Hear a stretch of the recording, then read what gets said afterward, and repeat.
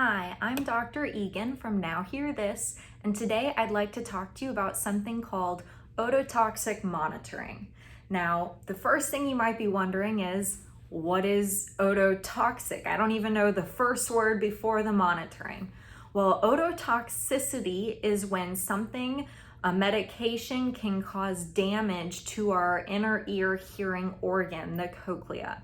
There are many different kinds of ototoxic drugs. Some of the most common include aspirin when taken in large quantities. There are all sorts of NSAIDs such as ibuprofen and naproxen.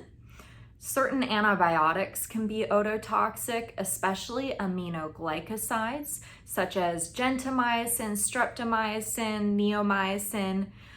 Hearing-related side effects can occur in people who have kidney disease and take certain medications for those issues. Loop diuretics used to treat high blood pressure and heart failure can also be ototoxic. Some of the most common are furosemide and bumetanide. And then medications used to treat cancer, such as cisplatins, chemotherapy, and even autoimmune disease. There are certain medications with things like rheumatoid arthritis as well that can be ototoxic.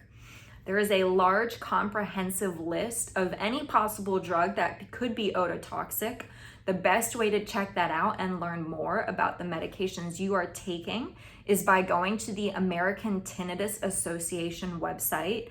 From there, they have a search engine where you can look up all the different kinds of drugs and learn if they have ototoxic side effects.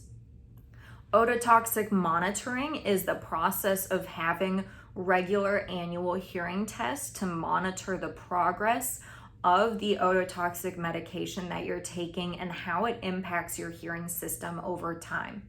Commonly, this is used for people who are undergoing chemotherapy. You'll get a baseline before chemotherapy and then have sequential hearing tests to monitor and track the progress of that hearing loss so we know how the drug is impacting your hearing system.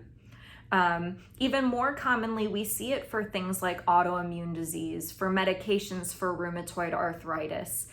Tracking the hearing annually gives us an idea of what's happening, but also allows us to make a more timely intervention for when things like hearing aids and other assistive listening devices would be warranted or needed.